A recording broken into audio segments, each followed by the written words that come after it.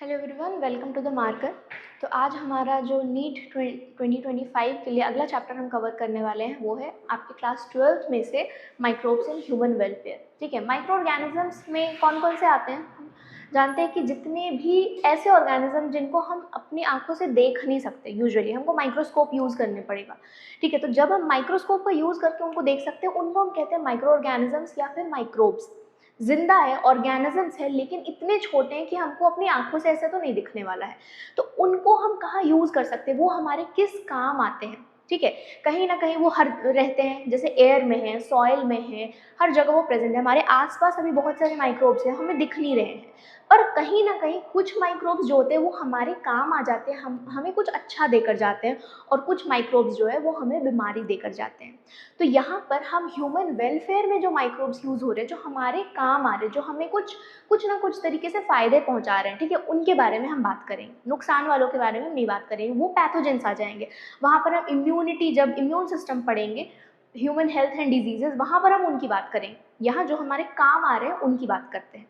तो देखो, micro organisms रहते कहाँ कहाँ पर है? Thermal vents. थर्मल वेंट्स ऐसे एरियाज होते हैं जिनमें टेम्परेचर ऑलमोस्ट 100 डिग्रीज जाता है, 80 डिग्री सेल्सियस, 100 डिग्री सेल्सियस, जहाँ नॉर्मल ऑर्गेनिज्म, चूहे, बिल्ली, इंसान कोई सर्वाइव नहीं करेंगे, पर माइक्रोब्स सर्वाइव कर जाते हैं। ठीक है, तो थर्मल वेंट्स जहाँ टेम्परेचर 100 डिग्री के पार जाता है, ऐसे जगह पर भी वो सर्वाइव करेंगे। सॉइल में हमें पता ही है, सॉइल में है, हमारे एयर में है, पानी में भी रहते हैं, हर जगह रहेंगे। स्नो, स्नो में रहेंगे। स्नो में यूजुअली अगर हम बात करें बर्फीले जगह पर, तो बर्फीले जगह पर जहाँ बहुत ठंड हो, बहुत एकदम -20, -40 ऐसे टेम्परेचर, तो वहाँ भी नॉर्मल ऑर्गेनिज्म सर्वाइव नहीं कर सकते, पर ये वहाँ पर भी सर्वाइव कर सकते हैं कुछ।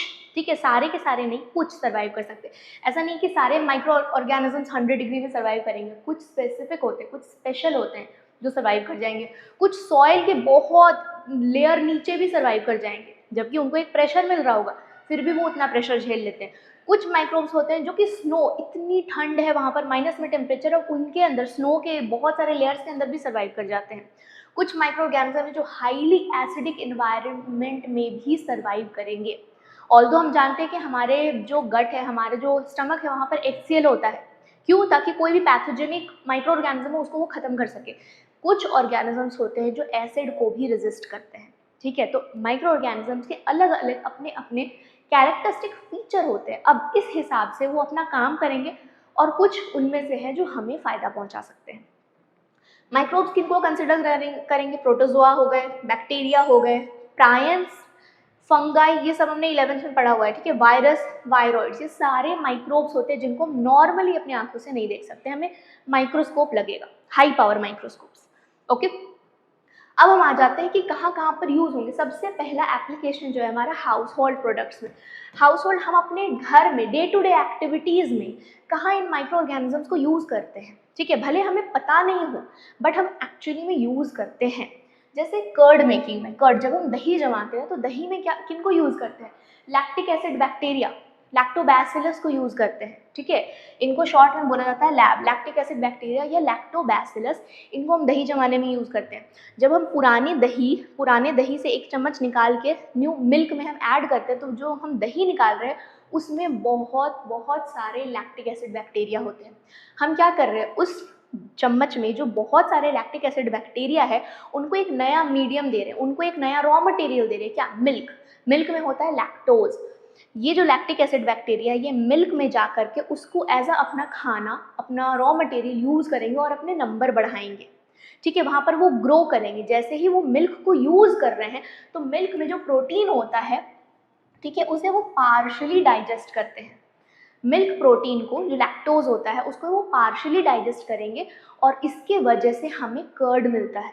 ठीक है, तो कर्ड हमें क्यों मिल रहा है? क्योंकि वहाँ माइक्रो ऑर्गेनिजम्स ग्रो कर रहे हैं। तो जब हम कर्ड खा रहे हैं तो वहाँ पर हम माइक्रो ऑर्गेनिजम्स खा रहे हैं।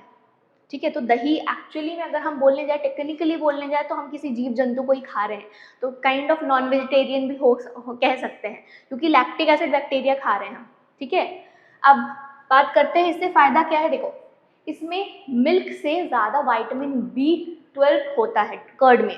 गट के लिए बहुत अच्छा रहता है। जब भी पेट खराब होता है या पेट सही नहीं लगता है, तो ऐसा बोला जाता है ना हमेशा कि दही चावल खा लो। ठीक है। या फिर अलग अलग स्टेट्स में दही और चावल और पानी को रख दिया जाता है रात में, कभी कभार कुछ स्टेट्स में ऐसा होता है उनको फर्मेंट किया जाता है ओवरनाइट और फिर खाते हैं, तो वो पेट को बहुत शांत करता है, बहुत ईजी करता है, ठीक है, डाइजेशन ईजी करता है। तो ये सारी चीज़ें क्यों है, क्योंकि हमारे ये जो पेट के जो गट के माइक्रोबैक्टीरिया होते हैं उनको भी दही बहुत सपोर्ट करता है, ठीक है। प्रीबायोटिक एंड प्रोबायोटिक का कॉन्सेप्ट यहाँ आता है, तो हमारे लिए बहुत अच्छा होता है। ये कुछ डिजीज कॉजिंग बैक्टीरिया को खत्म भी करता है, कुछ जो अच्छे बैक्टीरिया है हमारे लिए उनको प्रमोट करेगा, और कुछ डिजीज कॉजिंग बैक्टीरिया है उनको एलिमिनेट भी करने का काम करता है। तो ओवरऑल दही हमारे गट हेल्थ के लिए बहुत अच्छा होता है। ओके, नेक्स्ट हम आ जाते हैं, अगला हम यूज़ करेंगे इन डो। डो मतलब जो हम आटा गूंथते हैं या मैदा गूंथते हैं, या फिर चावल का, जो चावल को पीस करके हम रख देते हैं और वो फर्मेंट करता है, फिर उसका इडली या डोसा बना रहे हैं हम। तो जब इडली डोसा हम बनाते हैं, उसे हम स्टीम करते हैं, तो वहाँ पर छोटे छोटे छोटे छोटे होल्स दिखते हैं उनमें। वो क्यों होता है, वो CO2 निकलता है उनमें से, इस वजह से वो होल्स क्रिएट होता है, ठीक है। कार्बन डाइऑक्साइड उनमें से निकल रहा है, वहाँ पर बैक्टीरिया थे, उनमें ग्रो किया। जो डो हम रख दे रहे हैं, जब इडली डोसा का बैटर हम रख देते हैं, रात भर छोड़ते हैं, वो फर्मेंट होते हैं, तो उनमें हमें छोटे छोटे छोटे छोटे होल्स दिखते हैं, ठीक है। जो होल्स दिख रहे हैं वो इसीलिए क्योंकि वहाँ पर कार्बन डाइऑक्साइड रिलीज हो रहा है, बैक्टीरिया जब ग्रो कर रहे हैं तो कार्बन डाइऑक्साइड रिलीज हो रहा है, तो इस वजह से वहाँ होल्स दिख रहे हैं। वो स्पंजीनेस आता है केक में भी, ठीक है। तो केक में, ब्रेड में, इडली डोसा में जो स्पंजीनेस आता है वो इसीलिए आता है, वहाँ पर फर्मेंटेशन हो रहा है। अब इडली डोसा में जो आता है वो बैक्टीरिया की वजह से आता है, वहाँ पर बैक्टीरिया ग्रो कर रहे होते हैं। पर जब ब्रेड की हम बात करें तो ब्रेड में जो स्पंजीनेस आता है, ब्रेड में जो होल्स बनते हैं, वो बनते हैं ड्यू टू ईस्ट, जिसका नाम है सैक्रोमाइसिस सेरेविसी, ठीक है। ये एक ईस्ट का नाम है जिसे बेकर्स ईस्ट कहते हैं। क्यों? क्योंकि बेक होती है, ब्रेड को बेक कर रहे हैं, केक को बेक कर रहे हैं, ठीक है। या फिर रस्क हो गया, ये सब, इनमें जो छोटे छोटे होल्स होते हैं बेक करने के बाद आते हैं, वो इसी वजह से आते हैं, ईस्ट की वजह से। यहाँ बैक्टीरिया काम करेगा, प्रोड्यूस क्या करेगा, CO2। यहाँ पर CO2 प्रोड्यूस हो रहा है और यहाँ पर भी CO2 प्रोड्यूस हो रहा है, दोनों जगह पर। बट इडली डोसा के केस में CO2 जो प्रोड्यूस कर रहे हैं वो बैक्टीरिया है, ब्रेड और केक के केस में जो हो रहा है वो बिकॉज ऑफ अ ईस्ट है जिसका नाम है सैक्रोमाइसिस सेरेविसी, ठीक है।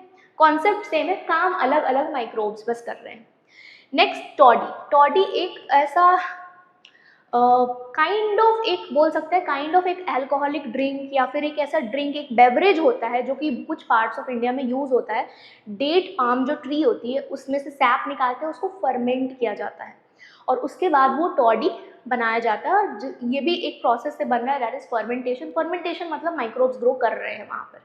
ओके, नेक्स्ट हम आ जाते हैं, फर्मेंटेशन ऑफ फिशेज भी होते हैं, फिश को भी। या फिर जब हम अचार बना रहे होते हैं, तो अचार जब हम बनाते हैं तो वहाँ पर भी क्या होता है, जिस तरीके से हम अचार बना रहे हैं तो वहाँ पर भी फर्मेंटेशन हो रहा है। तो fermentation of fishes, soybean, bamboo shoots, ठीक है, वहाँ पर हम बहुत टाइम तक छोड़ दे रहे हैं। एक किमची एक डिश है, वहाँ पर भी फर्मेंटेशन होती है, ठीक है। अब चीज़ आ जाता है, चीज़ में हम क्या करते हैं, फर्मेंटेशन करवाते हैं, यहाँ पर भी हम अलग अलग माइक्रोब्स को यूज़ करेंगे। अब चीज़ बहुत सारे टाइप के होते हैं, हमें पता है पिज़्ज़ा वाला जो चीज़ होता है दैट इज़ मोज़रेला, और भी बहुत सारे चीज़ आते हैं। अब चीज़ का, हर एक चीज़ का टेस्ट अलग होता है, जिस वजह से उसके फ्लेवर्स अलग हो जाते हैं, उनमें अलग अलग माइक्रोब्स फर्मेंटेशन कर रहे हैं, जिसकी वजह से उनका प्राइस डिफर करता है।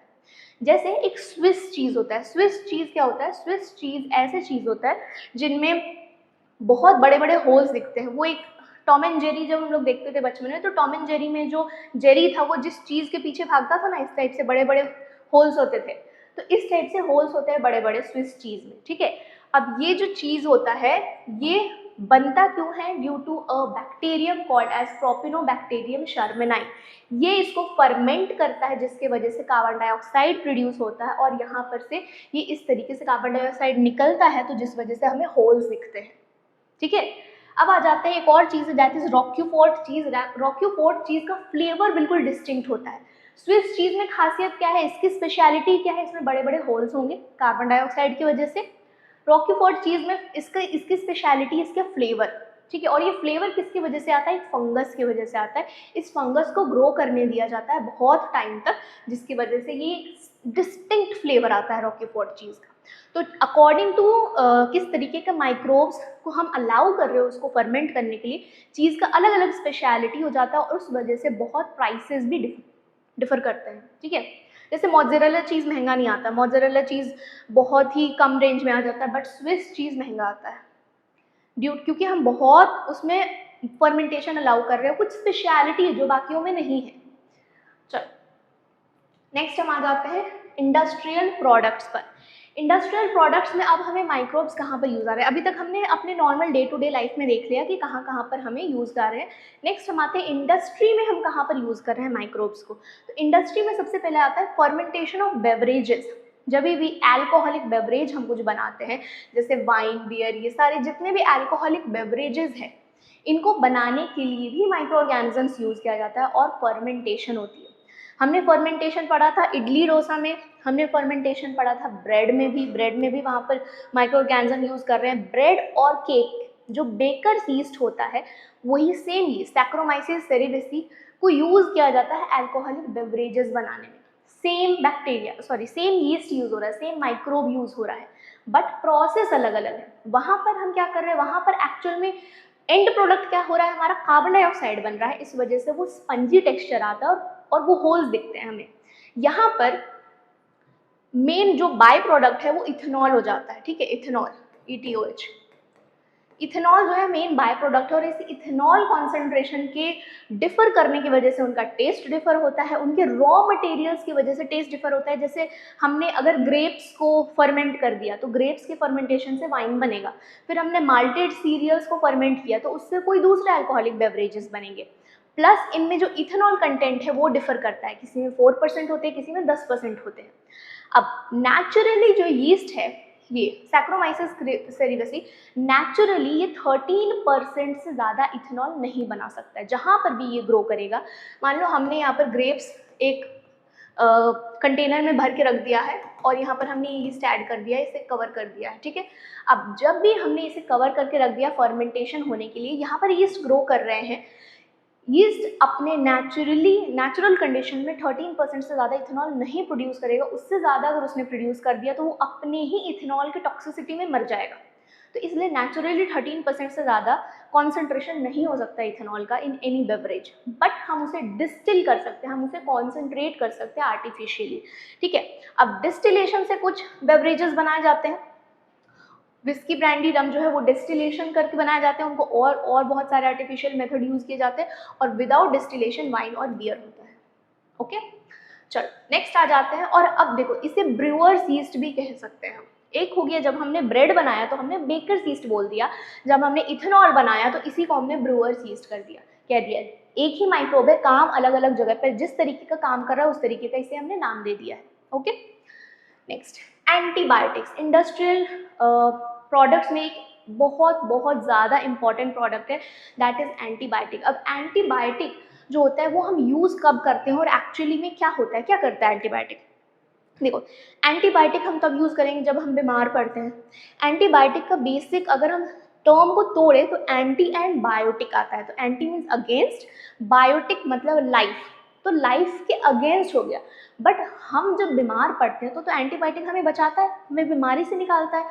तो हाउ इज इट लाइफ के अगेंस्ट, तो ये लाइफ के अगेंस्ट माइक्रोब्स के लिए होता है। तो माइक्रोब्स को मारता है, इसीलिए माइक्रोब्स के लाइफ के अगेंस्ट है, बट हमारे लिए ये प्रो लाइफ है, हमारे लिए हमें बचाता है। तो एंटीबायोटिक का जो, अगर हम ग्रीक वर्ड से इसे डिराइव करते हैं तो इसका जो मीनिंग होता है दैट इज अगेंस्ट लाइफ, लेकिन किसके लिए, माइक्रोब्स के लिए, जो डिजीज कॉजिंग माइक्रोब्स है उनके लिए। अब यहाँ पर सबसे पहले जो डिस्कवर हुआ था एंटीबायोटिक, उसका नाम दिया गया पेनिसिलिन। किसने डिस्कवर किया, एक साइंटिस्ट थे अलेक्जेंडर फ्लेमिंग, उन्होंने डिस्कवर किया। ये क्या काम कर रहे थे, ये अपना नॉर्मली लैब में स्टेफाइलोकोकस बैक्टीरिया पर काम कर रहे थे, ठीक है। स्टेफाइलोकोकी या फिर स्टेफाइलोकोकस ये बैक्टीरिया है, इस पर ये काम कर रहे थे। अब इन्होंने देखा कि इनके मल्टीपल प्लेट्स होते हैं, इस टाइप से पेट्री डिशेज होते हैं, प्लेट्स होते हैं, ओके, मल्टीपल प्लेट्स होंगे इनके। अब इन्होंने देखा कि एक प्लेट पर स्टेफाइलोकोकस बैक्टीरिया ग्रो ही नहीं कर पा रहा है, वहाँ पर सारे बैक्टीरिया मरते जा रहे हैं, और वहीं पर बैक्टीरिया जब मर रहे हैं तो बगल में एक मोल्ड ग्रो कर रहा है। अब ये मोल्ड बाकियों में नहीं ग्रो कर रहा था, इस वजह से बाकी बहुत हेल्दी बैक्टीरिया थे, अपना नॉर्मल ग्रोथ साइकिल शो कर रहे थे, पर इस मोल्ड की वजह से यहाँ पर बैक्टीरिया मर रहे हैं, बैक्टीरिया का ग्रोथ रुक रहा है। तो इन्होंने क्या पता लगाया कि इस मोल्ड ने कुछ ऐसे सब्सटेंसेस बनाए, कुछ ऐसे केमिकल्स सिक्रीट किए जिसकी वजह से ये ग्रो नहीं कर पा रहे हैं यहाँ वाले बैक्टीरिया। तब उन्हें पता चला कि ठीक है, ये ऐसे कुछ सब्सटेंसेस, कुछ माइक्रोब्स बनाते हैं जो कि बैक्टीरियल ग्रोथ को इनहिबिट करेंगे। अब स्टेफाइलोकोकस जो है वो हमें डिजीज कॉज करता है, ठीक है, हमारे लिए पैथोजेनिक है। तो इन्होंने पता लगाया कि ये मोल्ड का नाम क्या था, तो ये मोल्ड के नाम पर, मोल्ड का नाम था पेनिसिलियम नोटेटम, ठीक है, ये साइंटिफिक नेम है मोल्ड का। पेनिसिलियम नोटेटम के नाम पर उन्होंने एंटीबायोटिक, जो केमिकल रिलीज हो रहा था, एंटीबायोटिक का नाम रखा पेनिसिलिन।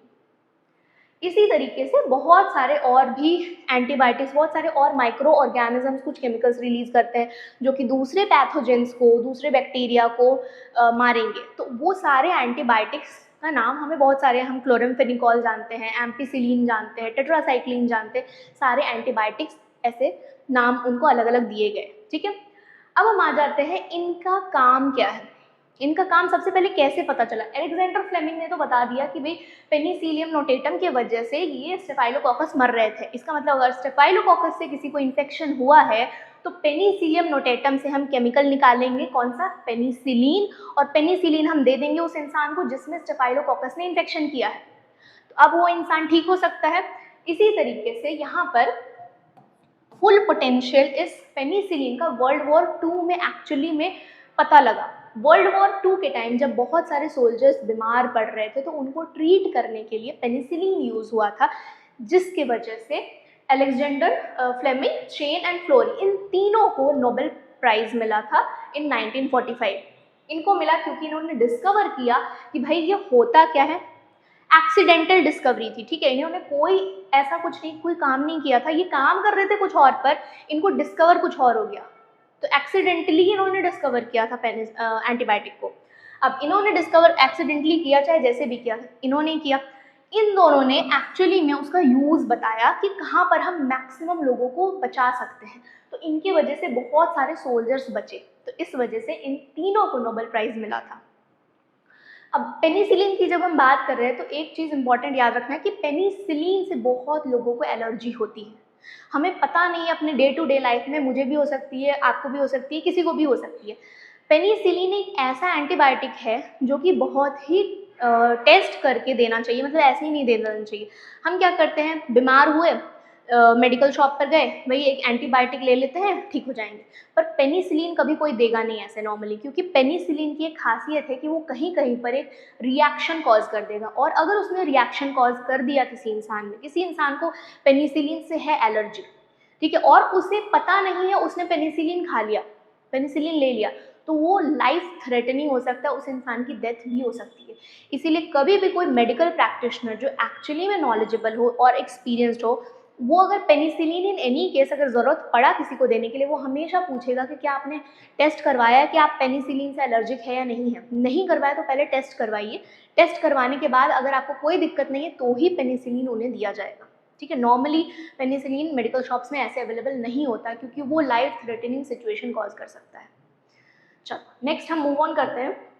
पेनिसिलिन को और कहाँ किन किन एंटीबायोटिक्स को और किन किन डिजीजेज में हम यूज़ कर सकते हैं? प्लेग, वूपिंग कफ जिसे हम कॉमनली काली खांसी कहते हैं हिंदी में, ठीक है, डिप्थेरिया जिसे हम हिंदी में कहते हैं गाल घोटू, और लेप्रेसी जिसे कुष्ठ रोग कहा जाता है। कुष्ठ रोग ऐसा एक बीमारी पहले बहुत ज़्यादा हुआ करता था, जिसे अगर कुष्ठ रोग हुआ है तो लोग उसे टच नहीं करते थे कि फैल जाएगा, तो इस तरीके का नोशन है। जैसे HIV के केस में भी था कि HIV किसी को हुआ तो लोग उसे टच नहीं करते थे, तो इस तरीके के सारे बीमारी, तो कुष्ठ रोग को हम एक एंटीबायोटिक से ट्रीट कर सकते हैं। ज़रूरी नहीं है सिर्फ पेनिसिलिन, ठीक है, पेनिसिलिन एक एग्जाम्पल है एंटीबायोटिक का, और बहुत सारे एम्पिसिलिन है, क्लोरामफेनिकोल है, टेट्रासाइक्लिन है, कैनामाइसिन है, सारे एंटीबायोटिक्स हैं, अलग अलग बैक्टीरिया पर काम करेंगे। नेक्स्ट, और कहाँ यूज़ होते हैं हमारे, हमें और कहाँ फ़ायदा पहुँचाते हैं ये जो माइक्रोब्स हैं?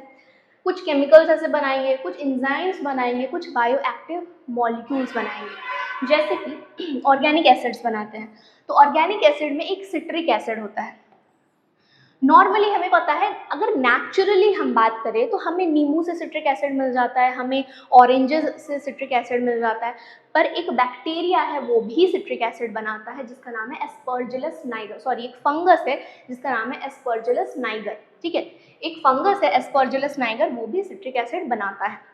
नेक्स्ट, और दूसरे एसिटिक एसिड बनाने वाले बैक्टीरिया का नाम है एसिटोबैक्टर एसिटाई। तो जितने भी ये, जैसे एसिटिक एसिड हमें पता है विनेगर में मिलता है, हमें मार्केट में अगर हम लेने जाए एसिटिक एसिड मतलब विनेगर हो गया हमारा। तो इस तरीके से कुछ बैक्टीरिया, कुछ फंगस, कुछ मतलब दूसरे माइक्रोब्स जो होते हैं वो भी बहुत सारे ऑर्गेनिक एसिड्स बनाते हैं। अब हम आते हैं इथेनॉल कौन बनाता है, हमने पढ़ा यीस्ट, जब हमने फर्मेंटेशन ऑफ बेवरेजेस हमने पढ़ा था अल्कोहलिक ड्रिंक्स, वहाँ पर यीस्ट ही तो, सैक्रोमाइसिस सेरिवेसी, यही तो इथेनॉल बना रहा था, ठीक है। फिर लाइपेजेस, अब लाइपेजेस क्या होते हैं, देखो लाइपेजेस वो कंपाउंड होते हैं जो लिपिड्स को डाइजेस्ट करते हैं, और ये लिपिड्स क्या होता है, लिपिड्स एक्चुअली फैट्स होते हैं। तो मान लो कभी भी कुछ खा रहे हैं, कुछ तेल का कुछ भी ऐसा ऑयली सब्सटेंस है वो गिर जाता है कपड़े में, अब कपड़े में से उस तेल के जो स्टेन है उसको हटाने के लिए हम डिटर्जेंट्स यूज़ करते हैं। तो डिटर्जेंट्स में जब हम लाइपेजेस ऐड कर देंगे तो ईजी हो जाएगा ना उस ऑयल स्टेन को रिमूव करना, तो डिटर्जेंट्स में लाइपेजेस ऐड किया जाता है ताकि अगर तेल का कोई दाग हो तो उससे, तेल मतलब लिपिड, लिपिड को डाइजेस्ट करने वाले लाइपेजेस, तो डिटर्जेंट्स में ये ऐड किया जाता है। कौन बना रहा है, माइक्रोब्स बना रहे हैं, ओके। चलो फिर आते हैं और कंपाउंड्स है पेक्टिनेज एंड प्रोटीएज, इनका काम है प्रोटीन डाइजेशन। हमारे जो बॉटल्ड जूसेस होते हैं, जैसे हम नॉर्मल अगर जो जूस पीने जाए, ठीक है, नॉर्मल हम मार्केट में जूस पीते हैं तो उसमें पल्प रह जाता है, उसमें हल्का हल्का सेमी सॉलिड सॉलिड सा पल्प रह जाता है, पर जब हम बॉटल जूसेस पीते हैं वहाँ पर, जब हम रियल के या किसी के भी कोई भी बॉटल जूसेस पी रहे हैं, फ्रूट जूसेस, वहाँ हमें पल्प नहीं मिलता, तो उन पल्प को हटाने के लिए प्रोटीएजेस एंड पेक्टिनेजेस यूज़ किया जाता है और उन्हें क्लियर किया जाता है, ठीक है, क्लियर मतलब थोड़े से क्या बोलते हैं, हल्का हल्का सा ट्रांसलूसेंट सा, ठीक है, तो उनको हटाने के लिए पेक्टिनेजेस एंड प्रोटीएज यूज़ करते हैं। फिर एक और कंपाउंड हमें मिलता है स्ट्रेप्टोकाइनेज। स्ट्रेप्टोकाइनेज जो होता है वो प्रोड्यूस होते हैं बैक्टीरिया से, दैट इज स्ट्रेप्टोकोकस।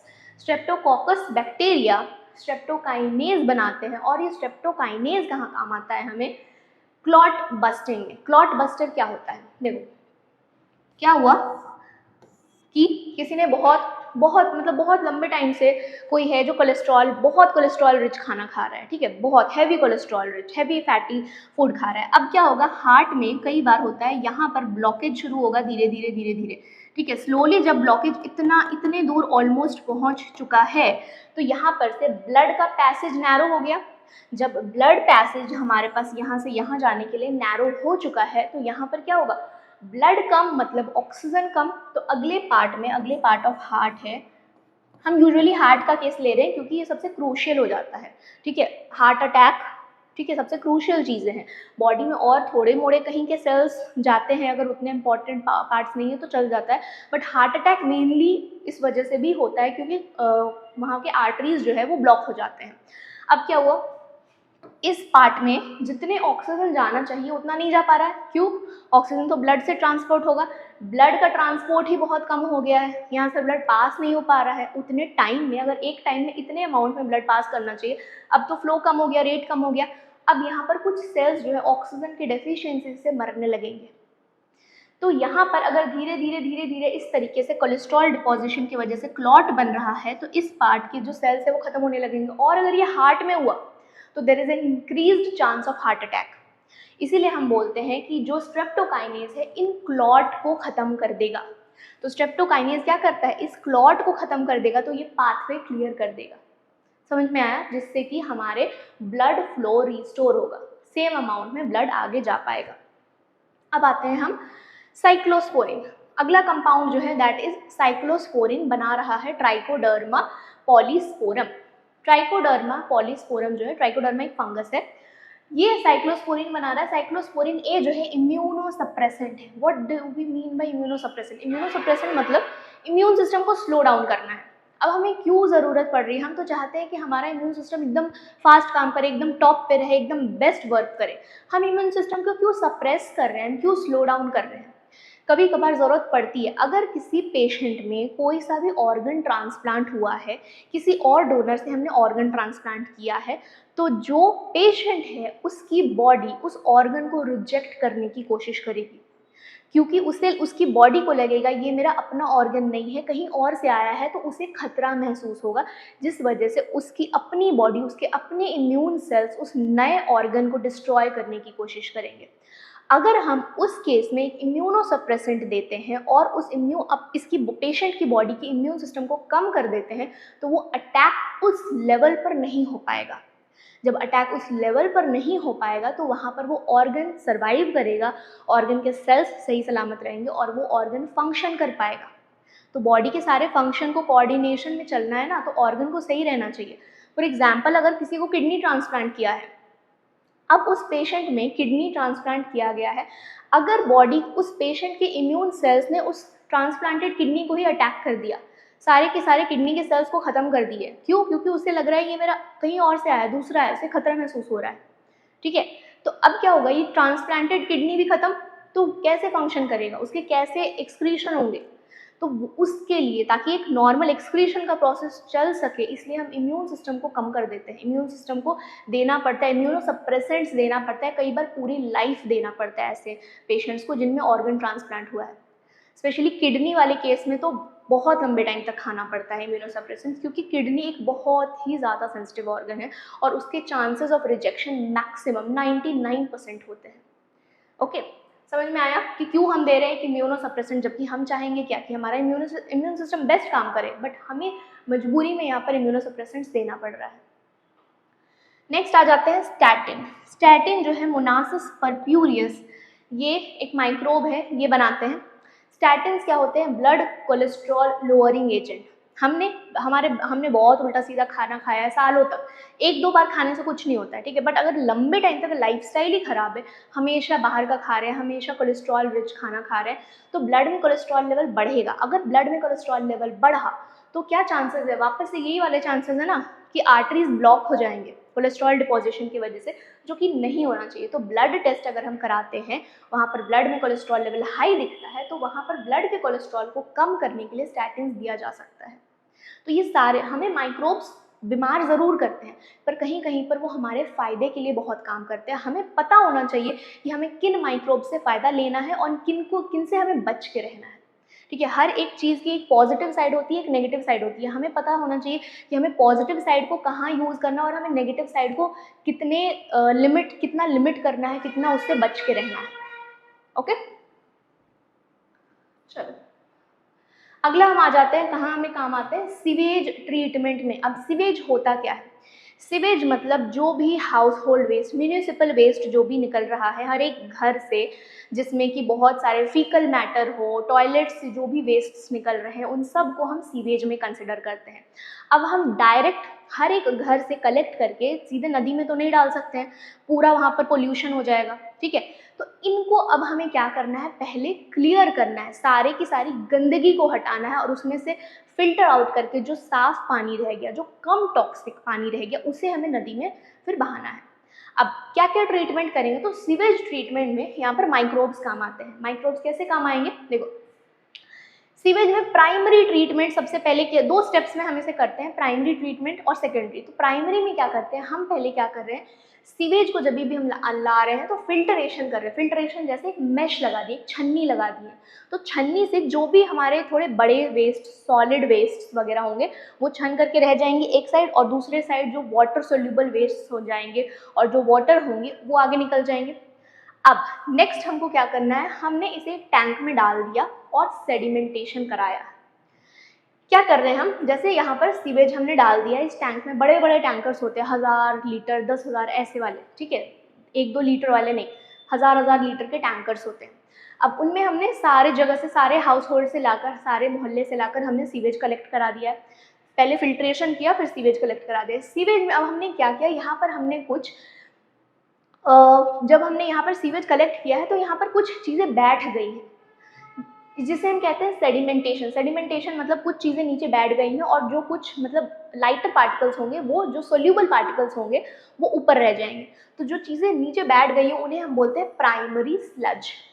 और जो ऊपर की चीज़ें हो जाती हैं, रह जाती हैं, इन्हें हम बोलते हैं एफ्लुएंट। इनमें भी अभी गंदगी, ऐसा नहीं है कि ये बिल्कुल साफ़ हो चुका है इसे हम नदी में बहा सकते हैं, नहीं, इनमें बहुत सारे पैथोजेंस हैं, हमें इसे भी ट्रीट करना है आगे। ये तो हमने प्राइमरी कहते हैं या फिर हमें इसे फिजिकल ट्रीटमेंट कहते हैं कि फिजिकली हम जो चीज़ हटा सकते हैं। जैसे यहाँ पर हमने फिल्टर छन्नी लगाई एक, मतलब बड़े बड़े मेश होते हैं, ठीक है, चाय छन्नी जैसी नहीं, बड़े बड़े मेशेस होते हैं, यहाँ पर फिल्ट्रेशन कर दिया, फिर हमने क्या किया, इसे अलाउ किया सेटल डाउन होने के लिए। तो नीचे जो भी थोड़े हैवी पार्टिकल्स होंगे वो सेटल डाउन हो जाएंगे और जो लाइटर रह जाएंगे सॉल्युबल वाले वो एफ्लुएंट कहलाते हैं। अब इसे हम पास करेंगे, एफ्लुएंट को हम पास करेंगे एक दूसरे टैंक में। इस टैंक में हमने ऐड किया है एरोबिक माइक्रोब्स, ठीक है, यहाँ पर हमने एरोबिक माइक्रोब्स अब ऐड कर दिए हैं। अब ये एरोबिक माइक्रोब्स क्या होते हैं? एरोबिक माइक्रोब्स मतलब ऐसे माइक्रो ऑर्गेनिजम्स जो कि ऑक्सीजन यूज करते हैं अपने मेटाबॉलिज्म के लिए। जैसे हम हैं, हम भी एरोबिक ऑर्गेनिज्म हैं, मतलब हमें ऑक्सीजन चाहिए अपने डे टू डे लाइफ के लिए, हम बिना ऑक्सीजन के सर्वाइव नहीं कर सकते। तो एरोबिक माइक्रोब्स ऐसे होते हैं जिन्हें ऑक्सीजन चाहिए जिंदा रहने के लिए। तो अब जिंदा रहेंगे तो अपना कुछ मेटाबॉलिज्म करते रहेंगे अपने सेल्स में, तो ये ऑक्सीजन के थ्रू ही कर सकते हैं, बिना ऑक्सीजन के नहीं कर पाएंगे। इसलिए हमने कहा एरोबिक बैक्टीरिया। अब इन्हें ऑक्सीजन चाहिए, तो देखो बीओडी जो होता है, बायोलॉजिकल ऑक्सीजन डिमांड का कॉन्सेप्ट यहीं से आता है। हमने बोला यहाँ पर तो हमने सेटल कर दिया प्राइमरी स्लज, यहाँ से जो हम एफ्लुएंट लेकर आए हैं इनमें बहुत गंदगी है, लेकिन सॉल्यूबल वाले हैं, बहुत पैथोजेंस है। हम क्या करेंगे, हमने एरोबिक बैक्टीरिया ऐड किया है। अब ये एरोबिक बैक्टीरिया जो है यहाँ पर इस जो भी गंदी एफ्लुएंट है इनमें ऑक्सीजन डिजॉल्व होगा, ठीक है, वाटर है, ऑक्सीजन डिजॉल्व होगा, उनमें से ऑक्सीजन यूज करेंगे एरोबिक बैक्टीरिया और अपना मेटाबॉलिज्म करेंगे, और यहाँ पर जो गंदगी है, जो भी चीज़ें हैं, ठीक है, उसे वो ख़त्म करेंगे। तो अब ये ये मोर पोल्यूटेड वाटर या मोर पोल्यूटेड वेस्ट से ये लेस पोल्यूटेड हो जाएगा, गंदगी कम करेंगे, डाइजेस्ट कर देंगे उसे, डिग्रेड कर देंगे, ठीक है, ख़त्म कर देंगे बहुत सारी चीज़ें, जिसके लिए ये ऑक्सीजन यूज़ कर रहे हैं। तो अभी बहुत ज़्यादा अगर गंदगी है इस पानी में तो बैक्टीरिया को बहुत ज़्यादा काम करना होगा, और जब बैक्टीरिया बहुत ज़्यादा काम करेंगे तो बहुत ज़्यादा ऑक्सीजन यूटिलाइज करेंगे। अब अगर गंदगी कम हो गई तो यहाँ पर क्या होगा, बैक्टीरिया कम ऑक्सीजन यूज़ करेंगे क्योंकि उन्हें काम ही कम करना पड़ रहा है। अगर हम बैठे हुए हैं या सोए हुए हैं तो हम कम ऑक्सीजन का यूटिलाइजेशन कर रहे हैं। अगर हम दौड़ भाग रहे हैं, कूद रहे हैं, तो हम जल्दी जल्दी ऑक्सीजन का यूटिलाइजेशन कर रहे हैं। सेम कॉन्सेप्ट, जब बैक्टीरिया ज़्यादा काम कर रहे हैं, क्यों, गंदगी ज़्यादा है तो ज़्यादा ऑक्सीजन यूज़ होगा, तो हम क्या कहेंगे, बैक्टीरिया का बायोलॉजिकल ऑक्सीजन डिमांड बहुत हाई है। मतलब बैक्टीरिया का नहीं, इस वाटर का या इस वेस्ट का बायोलॉजिकल ऑक्सीजन डिमांड, मतलब बायोलॉजिकल मतलब बैक्टीरिया यूज कर रहे हैं इसलिए, तो बैक्टीरिया का ऑक्सीजन डिमांड बहुत ज़्यादा है। क्यों? क्योंकि उनको बहुत सारा काम करना है। तो इस वेस्ट वाटर में अगर बायोलॉजिकल ऑक्सीजन डिमांड बहुत हाई है, इसका मतलब हम क्या बोलेंगे, ये पानी बहुत गंदा है। अगर कुछ टाइम बाद इसका बायोलॉजिकल ऑक्सीजन डिमांड कम हो जाता है, इसका मतलब हम क्या बोलेंगे, अब कंपैरेटिवली पानी साफ हो चुका है। तो जब हम साफ पानी की बात करते हैं तो साफ पानी में बीओडी बहुत कम होगा और गंदे पानी में बीओडी बहुत ज़्यादा होगा, ठीक है। चल नेक्स्ट हम आ जाते हैं। अब यहाँ पर एरोबिक बैक्टीरिया ने अपना काम कर दिया, बीओडी बढ़ा हुआ है, जैसे ही बीओडी कम होगा, ये ट्रीटमेंट हम क्यों कर रहे हैं, ताकि हम बीओडी बायोलॉजिकल ऑक्सीजन डिमांड को कम करें।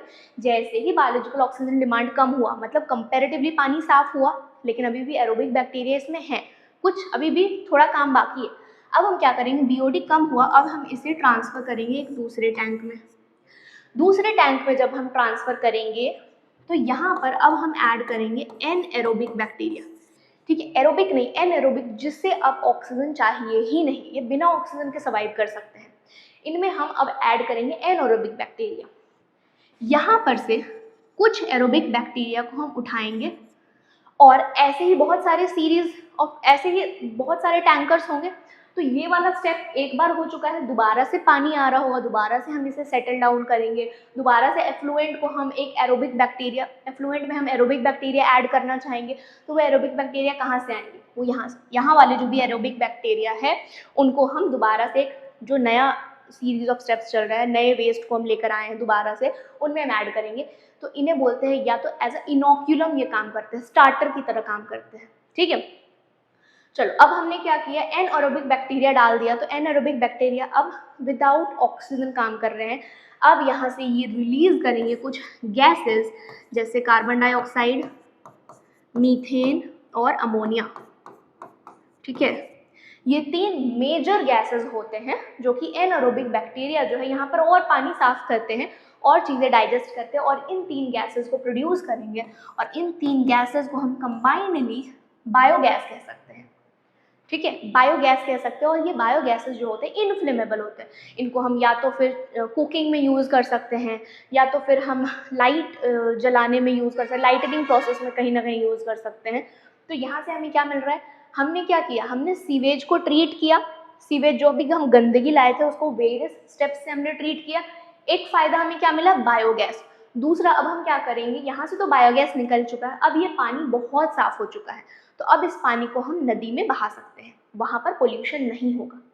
समझ में आया? तो इस तरीके से हमने बहुत सारे ट्रीटमेंट किए हैं और उसके बाद हमने नदी में बहा दिया है। अब ज़रूरत पड़ेगी तो इसी पानी को फिर नदी से उठा करके वापस से सप्लाई किया जाएगा पूरे शहर में, क्लोरीन ट्रीटमेंट वगैरह करके कुछ और ट्रीटमेंट, साफ़ सफाई और की जाएगी, फिर सप्लाई किया जाता है पूरे शहर में। तो इस तरीके से हम डायरेक्ट गंदगी नदी में नहीं डाल रहे हैं और इस तरीके से हम ट्रीटमेंट कर रहे हैं। अगर ज़रूरत पड़े इन अ फ्यूचर तो हम नदी का पानी यूज़ भी कर सकते हैं अपने डे टू डे एक्टिविटीज़ के लिए। तो ये है हमारा सीवेज ट्रीटमेंट। इसमें हमें बैक्टीरिया, इसमें हमें माइक्रोब्स कहाँ हमारे लिए काम कर रहे हैं, सारी गंदगी को ख़त्म करने के लिए काम कर रहे हैं। आया समझ? ठीक है, तो हमने अभी पढ़ा सीवेज ट्रीटमेंट, कैसे सीवेज ट्रीटमेंट में माइक्रोब्स हेल्प करते हैं। तो अब ये सीवेज ट्रीटमेंट जब हमने पूरा टेक्नोलॉजी बनाया, पूरा सारे स्टेप्स को डिटरमाइन किए कि भाई ऐसा ऐसा होना चाहिए, तो ये किस लिए किया गया, ताकि हम अपनी नदियों को साफ रख सकें। हम जैसे गंगा नदी है हम पूजा करते हैं, है ना, यमुना नदी है उनको भी हम पूजा करते हैं। तो ऐसे जो ट्रेडिशनल वैल्यू से जुड़ी नदी है वो गंदगी उनमें ना बहाया जाए, वो गंदे हो रहे थे, उनमें गंदगी लोग बहा रहे थे, उनको साफ रखने के लिए बहुत सारे तरीके अपनाए गए, गवर्नमेंट के द्वारा इनिशिएटिव्स लिए गए। तो रिवर एक्शन प्लान उनमें से एक इनिशिएटिव था जो कि ministry of environment and forest ने स्टार्ट किया और इनमें से स्पेशली दो नदियों के लिए गंगा एक्शन प्लान चलाया गया और यमुना एक्शन प्लान चलाया गया। ठीक है, गंगा नदी जहाँ जहाँ भी जिस जिस स्टेट में से होकर गुजर रही है, जैसे उत्तराखंड, यूपी, बिहार, वेस्ट बंगाल, झारखंड, हर जगह पर ये एक्शन चलाया गया। हमें गंदगी नहीं फैलानी है नदी में, हमें माइक्रोब्स इस तरीके से पूरे सीवेज को ट्रीट करने में हेल्प कर रहे हैं ताकि हम अपनी नदियों को साफ रख सकें। ठीक है, एक तो कॉमन सेंस भी है कि साफ रखना चाहिए, दूसरा एक ट्रेडिशनल वैल्यू है, एक रिलीजियस वैल्यू जुड़ गया है, इसलिए भी हमने साफ रखा है, इसलिए भी ये सारे मेजर्स लिए गए। चलो नेक्स्ट हम आ जाते हैं माइक्रोब्स और कहाँ हमें काम आते हैं। तो माइक्रोब्स के अभी तक हमने बहुत यूजेस देखे हैं। माइक्रोब्स को हम एज अ बायोफ्यूल भी यूज़ कर सकते हैं। ठीक है, एज अ फ्यूल भी यूज़ होता है माइक्रोब्स। कैसे? जैसे बायोगैस बनाने के लिए। बायोगैस बेसिकली होता क्या है, biogas is a mixture of gases, बहुत सारे गैसेस होंगे, मीथेन होगा, अमोनिया होगा, बट बेसिकली बहुत सारे गैसेस होंगे, हाइड्रोजन वगैरह सब होगा, बट बेसिकली मीथेन होना ही चाहिए, मेनली मीथेन होना ही चाहिए बायोगैस में। ठीक है, अदर गैसेस भी हो सकते हैं। अब जो बायोगैस बन रहा है, माइक्रोब्स बना रहे हैं, कैसे बना रहे हैं, अपना मेटाबॉलिज्म कर रहे हैं, माइक्रोब्स बायोगैस बना रहे हैं। अब ये जो बायोगैस बनता है ये डिपेंड करता है कौन से माइक्रोब्स उसमें इन्वॉल्व है। अलग अलग तरीके के माइक्रोब्स अलग अलग मिक्सचर ऑफ गैसेस प्रोड्यूस करेंगे, है सब बायोगैस, लेकिन किसी में मीथेन ज़्यादा होगा, किसी में अमोनिया ज़्यादा होगा, किसी में हाइड्रोजन का कंटेंट थोड़ा ऊपर नीचे होगा। किस तरीके के माइक्रोब्स उस पर एक्ट कर रहे हैं, प्लस उसका रॉ मटेरियल क्या है, किसे तोड़ रहे, ऑर्गेनिक सब्सट्रेट क्या है, उस पर भी डिपेंड करता है। जैसे कि देखो सेल्यूलोज जो होता है, सेल्यूलोज पर अगर एनएरोबिक बैक्टीरिया, एनएरोबिक माइक्रोब्स अगर एक्ट करते हैं, सेल्यूलोज को तोड़ते हैं, तो वो मीथेन, कार्बन डाइऑक्साइड और हाइड्रोजन बनाएंगे ही बनाएंगे। अब इस टाइप के बैक्टीरिया को जो कि एनएरोबिक कंडीशन में सेल्यूलोज पर काम करके ये सारे गैसेस बनाते हैं, इनको हम बोलते हैं मिथेनोजेंस। ठीक है, इनको हम बोलते हैं मिथेनोजेंस, और इनमें से एक एग्जाम्पल ऑफ मिथेनोजेन है मिथेनोबैक्टीरियम। ग्रुप को हम बोल रहे हैं मिथेनोजेंस, ये हमारा ग्रुप हो गया कॉमनली मिथेनोजेंस, और उस मिथेनोजेन का एक एग्जाम्पल है मिथेनोबैक्टीरियम। अब देखो ये क्या होते हैं, कहाँ कहाँ पर होते हैं, एनएरोबिक स्लज डाइजेस्टर, अभी हमने पढ़ा सीवेज ट्रीटमेंट में एनएरोबिक बैक्टीरिया जहाँ पर था वहाँ पर बना रहे थे ना बायोगैस, तो तो एनारोबिक स्लज में होते हैं, और ये रूमेन ऑफ कैटल में भी होते हैं, जो गाय होती है, गाय भैंस होते हैं, उनका तो ज़्यादातर खाना ही भूसा होता है, सेल्यूलोजिक मटेरियल होता है, जो हम खेत से लेकर आते हैं, धान, उसमें से धान में से फसल में से सारे दाने निकाल लिए, जो बचा हुआ है वो तो हम गाय को देते हैं। तो उनमें ज़्यादातर जब उनका फूड ही सेल्यूलोजिक है, उनके गट में, उनके पेट में, ठीक है, उनमें होते हैं एनारोबिक बैक्टीरिया, जिसकी वजह से डाइजेशन होता है, और डाइजेशन होता है तो वहाँ पर क्या होगा, वहाँ पर भी बहुत सारे गैसेस बनेंगे। अब ये जो कैटल से गोबर निकलता है, कैटल डंग जो होता है, जिसको हम हिंदी में गोबर कहते हैं, उनमें बहुत सारे मेथेनोजेंस होते हैं। क्यों? क्योंकि उनके गट में ही है। तो विद द डाइजेस्टिव वेस्ट उनके गट से बहुत सारे मेथेनोजेंस निकलते हैं। अब गांव में देखा होगा किसी ने, अभी भी मतलब बहुत सारे, अगर हम आउटस्कर्ट्स में जाए तो वहाँ पर क्या होता है, उस गोबर को सुखाया जाता है और उसके बाद उसे एज अ फ्यूल यूज़ किया जाता है, चूल्हा में जलाया जाता है, ठीक है। तो उनमें क्या होता है, उनमें से बहुत सारे मतलब एज अ फ्यूल, एक तो हम डायरेक्टली यूज़ कर रहे हैं, दूसरे तरीके से एज अ फ्यूल यूज़ करने का क्या है कि इस गोबर को, जब वो सूखा नहीं है, ठीक है, उसी फॉर्म में, सेमी सॉलिड फॉर्म में है, तो उसको हम निकाल करके गोबर गैस प्लांट में हम ऐड कर देंगे, जिसकी वजह से हमें क्या मिलेगा, गोबर गैस मिलेगा। जब हमने काऊ डंग को, स्पेसिफिकली काऊ डंग को यूज़ किया है, तब हम बोलेंगे गोबर गैस बन रहा है वहाँ पर। अब ये बनता कैसे है, देखो, बायोगैस प्लांट में जब हम बायोगैस बना रहे हैं तो बहुत सारे जो भी हमारे पास अपना सबस्ट्रेट है या फिर गोबर हमने इसमें ऐड कर दिया, बहुत बड़े बड़े टैंकर्स हैं, यहाँ पर हमने ऐड कर दिया है, तो वाटर के साथ हम ऐड करेंगे, एक स्लरी बनाएंगे, ठीक है, एक बहुत पतला थिन पेस्ट बनाएंगे, वाटर और गोबर या फिर बहुत सारे जो भी हमें यहाँ पर डाइजेस्ट करवाना है बैक्टीरिया के थ्रू, वो हम यहाँ पर सबस्ट्रेट रॉ मटेरियल हम यहाँ पर पुट करेंगे। यहाँ पर हमारे पास हैं बहुत सारे एनारोबिक बैक्टीरिया। अब एनारोबिक बैक्टीरिया क्या करेंगे, कंटिन्यूअसली डाइजेस्ट करते रहेंगे और यहाँ पर बहुत सारे मिक्सचर ऑफ गैसेस बनाएंगे, जिनका आउटलेट होता है बाहर निकाल लिया जाएगा। तो हमने जिस टाइम पे, मान लो हमने इतने अमाउंट में कोई हमने वेस्ट रॉ मटेरियल अपना डाला जिससे हमें गैसेस मिल गए, अब सेम वाले से तो कितनी ही देर तक बैक्टीरिया गैसेस बना पाएंगे, तो इसे हमें रिमूव करना होगा, फ्रेश बैच हमें ऐड करना होगा, तो इससे फिर हम रिमूव भी करेंगे प्रीवियस स्लरी को और फिर नया बैच ऐड करेंगे, फिर यहाँ से गैसेस निकलेंगे जिससे हम आगे पाइपलाइन के थ्रू सप्लाई कर सकते हैं। इनका यूज़ कहाँ होगा, इनका यूज़ हम कुकिंग में कर सकते हैं या लाइटनिंग भी यूज़ कर सकते हैं, ठीक है। अब देखो, बायोगैस प्रोडक्शन टेक्नोलॉजी में बहुत इंपॉर्टेंट रोल निभाया है khadi and village industry commission ने और इंडियन एग्रीकल्चरल रिसर्च इंस्टीट्यूट ने। इनका मेजर रोल है इस पूरी टेक्नोलॉजी को डेवलप करने के लिए, क्योंकि विलेज में ज़्यादातर कैटल्स होते हैं, वहाँ पर गोबर बहुत ईजिली मिलेगा, तो गोबर से वहाँ पर अगर हम गोबर गैस निकाल सकते हैं, जिसे हम कुकिंग में यूज़ कर सकते हैं, जिसे हम लाइटनिंग में यूज़ कर सकते हैं, तो हमारे बाकी फ्यूल्स का डिपेंडेंसी कम हो जाएगा और हम इन पर स्विच कर सकते हैं। वैसे भी गोबर वेस्ट जाता, हमने इस वेस्ट को ही यूटिलाइज कर लिया, तो इन दोनों का बहुत मेजर कॉन्ट्रीब्यूशन है। अब अगला आते हैं हम bio control agents. Bio control agents मतलब हम माइक्रोब्स को ही यूज़ कर रहे हैं किसी और एक बायोलॉजिकल ऑर्गेनिज्म को कंट्रोल करने के लिए।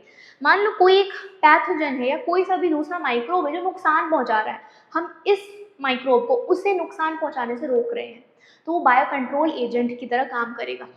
अब मानना क्या होता है, फार्मर्स का यूजुअली मानना होता है बायोडाइवर्सिटी फर्दर हेल्प, मतलब जितना ज़्यादा हम बायोडाइवर्सिटी को प्रिजर्व करके रखेंगे, भले अच्छे हो बुरे हो, जितना ज़्यादा स्पीशीज़ सही सलामत रहेंगे उतना ज़्यादा जो इकोसिस्टम है वो हेल्दी फंक्शन करेगा। मानते हैं कि कुछ स्पीशीज़ हमारे लिए हार्मफुल है, ठीक है, पर ऐसा नहीं कि उनको हमें पूरी तरीके से इरेडिकेट कर देना है, उनको एक कंट्रोल्ड लेवल पर रखना ज़रूरी होता है, क्योंकि वो जो हार्मफुल स्पीशीज़ है उन पर कोई और स्पीशीज़ उनका खाना है ना। अगर मान लो ये वाला जो स्पीशीज़ है, ये वाले जो ऑर्गेनिजम्स हैं वो हमें नुकसान पहुंचा रहे हैं, तो अगर हम इस पूरे को एलिमिनेट कर देते हैं, पूरे इकोसिस्टम से ये हटा देते हैं, तो ये जो दूसरा है जो इसको ऐसा खाना यूज़ करता है, ये वाला है, इसे खाता है, ठीक है, this is the food for this animal, तो ये तो मर जाएगा भूखे। तो इसीलिए हम पूरी तरीके से इरेडिकेट नहीं कर सकते, हमें कंट्रोल्ड लेवल में रखना ज़रूरी है। अब पहले के टाइम पे क्या होता था, पहले के टाइम पे हम बहुत सारे कन्वेंशनल मेथड्स में बहुत सारे केमिकल्स यूज़ कर देते थे, छिड़काव कर देते थे फर्टिलाइजर्स वगैरह का, पेस्टिसाइड्स का, जिससे क्या होते थे हमारे यूजफुल माइक्रो ऑर्गेनिज्म भी मरे और हमारे हार्मफुल तो मरे ही मरे। तो उसमें बायोडाइवर्सिटी में से स्पीशीज़ का बहुत लॉस होता था। तो ये हमें यूजुअली नहीं करना चाहिए, बस कंट्रोल लेवल में रखने की कोशिश करनी चाहिए। तो जब हम कंट्रोल लेवल की बात कर रहे हैं तो वहाँ पर बेस्ट काम करते हैं हमारे माइक्रो ऑर्गेनिजम्स या फिर हमारे और जो बायोलॉजिकल ऑर्गेनिजम्स होते हैं वो अच्छे से कंट्रोल एजेंट की तरह काम कर सकते हैं। जैसे एफिड्स और मॉस्किटो को कंट्रोल करने का काम किनका है, लेडी बर्ड और dragonfly. These are controlled by the ladybird and dragonfly. ठीक है, बटरफ्लाई कैटरपिलर्स ये क्या करते थे, कॉटन प्लांट को खराब कर दिए, कॉटन प्लांट पर फीड करते थे, खराब करते थे। तो इनके लिए बैसिलस thuringiensis एक बैक्टीरिया है, इनके लिए बायो कंट्रोल एजेंट काम करता है। ये कंट्रोल करता है उनको, भले ये छोटा है बट वो उनको कंट्रोल कर रहे हैं। कैसे, या तो इसका जीन हमने डाल दिया, जो हमने बायोटेक्नोलॉजी में पढ़ा था कि इसका हमने जीन ही डाल दिया प्लांट में, ठीक है, इंसर्ट कर दिया, तो वहाँ पर प्लांट वैसे ही रेजिस्टेंट बन गए। या तो फिर इनके ड्राइड स्पोर्स आते हैं जिनको पानी में मिला के छिड़काव किया जाता है कॉटन प्लांट्स पर, और जब हम छिड़काव करेंगे तो बटरफ्लाई के कैटरपिलर्स खाएंगे, लीव्स खा रहे हैं, कॉटन के कुछ पार्ट्स खा रहे हैं, तो जब वो खाएंगे इनके स्पोर्स को जो हमने छिड़काव किया है तो इनके पेट में जाएगा। जब पेट में जाएगा तो वहाँ पर सेम बीटी टॉक्सिन जैसे काम करता था, swelling and lysis and death, वही सेम चीज़ यहाँ चलेगा, तो ये बटरफ्लाई के कैटरपिलर्स मर जाएंगे। इस तरीके से हमने कंट्रोल किया या हमने अपने प्लांट को बचाया। अगला, प्लांट पैथोजन और जो दूसरे प्लांट पैथोजन से जो नुकसान पहुंचा रहे हैं उनको कंट्रोल किया जाता है एक फंगस से, दैट इज ट्राइकोडर्मा। ठीक है, और इनमें कुछ इंसेक्ट्स होते हैं जो कि नुकसान पहुंचा रहे हैं हमारे प्लांट्स को, उनको कंट्रोल करने का काम है बैक्यूलोवायरस का। ये बैक्यूलोवायरस एक पार्ट है ऑफ द बिगर कम्युनिटी जिसका नाम है न्यूक्लियो पॉलीहेड्रोवायरस। न्यूक्लियो पॉलीहेड्रोवायरस एक जीनस है, उसमें से एक छोटा सा पार्ट ऑफ या फिर एक ग्रुप ऑफ वायरसेस है बैक्यूलोवायरस, और ये इंसेक्ट स्पेसिफिक होते हैं। मतलब ऐसा नहीं कि सारे के सारे इंसेक्ट को खत्म करेंगे, एक पर काम कर रहा है तो उसी पर काम करेंगे। अलग अलग टाइप के बैक्यूलोवायरसेस, ठीक है, ग्रुप होते हैं। चलो नेक्स्ट आ जाते हैं। अब माइक्रोब्स को हम एज अ फर्टिलाइजर भी यूज कर सकते हैं एग्रीकल्चर में। फर्टिलाइजर कैसे यूज करेंगे, ये जो होते हैं जैसे बैक्टीरिया नाइट्रोजन फिक्सेशन करते हैं, हमें पता है कौन कौन से बैक्टीरिया हमने नाइट्रोजन फिक्सेशन करके देते हैं प्लांट्स को। Rhizobium is a symbiotic. Symbiotic मतलब ये बिना उस प्लांट के नहीं जिंदा रह सकता। सिम्बायोटिक रिलेशनशिप में क्या होता है कि प्लांट जो है वो प्लांट के साथ जो भी ऑर्गेनिज्म अगर सिम्बायोसिस में है तो ये प्लांट भी इसके बिना जिंदा नहीं रहेगा, ये ऑर्गेनिज्म भी प्लांट के बिना जिंदा नहीं रहेगा। दोनों को साथ में रहना ज़रूरी है, तभी सर्वाइवल होगा उनके स्पीशीज़ का। अगर दोनों साथ में नहीं रहेंगे तो यहाँ पर दोनों के दोनों स्पीशीज़ एक्सटिंक्ट हो जाएंगे। तो साथ में रहना एकदम कंपलसरी है और दोनों एक दूसरे को फ़ायदा पहुँचा रहे हैं, तभी हम उस चीज़ को, उस टाइप ऑफ रिलेशनशिप को हम बोलते हैं सिम्बायोटिक रिलेशनशिप। ठीक है, और ये होता है ऑब्लिगेट सिम्बायोटिक होता है, जहाँ पे साथ रह के एक दूसरे को फ़ायदा पहुँचाना ज़रूरी है, अदरवाइज स्पीशीज़ एक्सटिंक्ट हो जाएंगे। तो यहाँ पर क्या हो रहा है, ये root nodules of leguminous plant में रहते हैं और वहाँ नाइट्रोजन फिक्सेशन करेंगे। अब एजोटोबैक्टर और एजोस्पाइरलम है, ये फ्री लिविंग है। ठीक है, ये फ्री लिविंग, ये कोई सिम्बायोटिक रिलेशनशिप नहीं दिखाते, ये फ्री लिविंग है, पर ये भी नाइट्रोजन फिक्सेशन करके देते हैं प्लांट्स में। अब हम आ जाते हैं फंगस। फंगस ऐसा माइक्रोब किस तरीके से हेल्प कर सकता है। फंगस अगर प्लांट के साथ रहे तो वहाँ पर हम इस टाइप ऑफ कॉम्बिनेशन को कहते हैं माइकोराइजा। इसे हम कहते हैं माइकोराइजा बन गया। माइकोराइजा में मतलब प्लांट और एक फंगस साथ में है। प्लांट को क्या मिल रहा है, फंगस जो है फॉस्फोरस एब्जॉर्ब करके दे रहा है सॉइल से, और फंगस को क्या मिल रहा है, प्लांट से फूड मिल जा रहा है, सेल्यूलोज नहीं, ग्लूकोज मिल जा रहा है, स्टार्च मिल जा रहा है, जो प्लांट ने अपना फोटोसिंथेसिस करके खाना बनाया। तो दोनों ने एक दूसरे की हेल्प की है। ठीक है, mycorrhiza example of a fungus जो कि माइकोराइजल एसोसिएशन शो करता है, ग्लोबस। अगला आ जाता है cyanobacteria. Cyanobacteria is a type of bacteria जो कि फोटोसिंथेसिस करने का कैपेसिटी रखता है। ये फोटोसिंथेसिस नहीं कर सकते, ये तो नाइट्रोजन देंगे प्लांट को, प्लांट इनको खाना देंगे बना करके फोटोसिंथेसिस के थ्रू, लेकिन साइनोबैक्टीरिया फोटोसिंथेसिस खुद भी कर सकता है। इनको एक और नाम बोला जाता है ब्लू ग्रीन एल्गी। ठीक है, अब ये साइनोबैक्टीरिया क्या करेंगे, एटमॉस्फेरिक नाइट्रोजन फिक्स करके देते हैं प्लांट्स को, और तो ये अपना खाना खुद बना सकते हैं, ठीक है, इनको ऐसा कोई ज़रूरत नहीं है कि प्लांट से इनको खाना चाहिए, तो ये पर हेल्प कर देते हैं, एटमॉस्फेरिक नाइट्रोजन फिक्स करके देते हैं प्लांट को, और ये ऑर्गेनिक मटेरियल बढ़ाते हैं सॉइल में न्यूट्रिशन ऐड करने का भी काम करेंगे। एग्जाम्पल कौन कौन से साइनोबैक्टीरिया के? एनाबिना, नॉस्टॉक एंड ऑसिलिटेरिया, ये 3 एग्जाम्पल्स है जो कि हमारे एग्रीकल्चर में एज अ फर्टिलाइजर एक्ट करेंगे, न्यूट्रिशनल क्वालिटी बढ़ाएंगे, कहीं ना कहीं से प्लांट में कुछ ना कुछ इन्हांस करेंगे। ओके, सो इतना ही था इस चैप्टर में, और हमारा यहाँ पर वन शॉट अगेन रिविजन खत्म होता है माइक्रोब्स इन ह्यूमन वेलफेयर का। अगला चैप्टर हम लोग अगले लेक्चर में कवर करेंगे, एंड ऑल द बेस्ट, पढ़ते रहो, all the best for you NEET 2025। Thank you.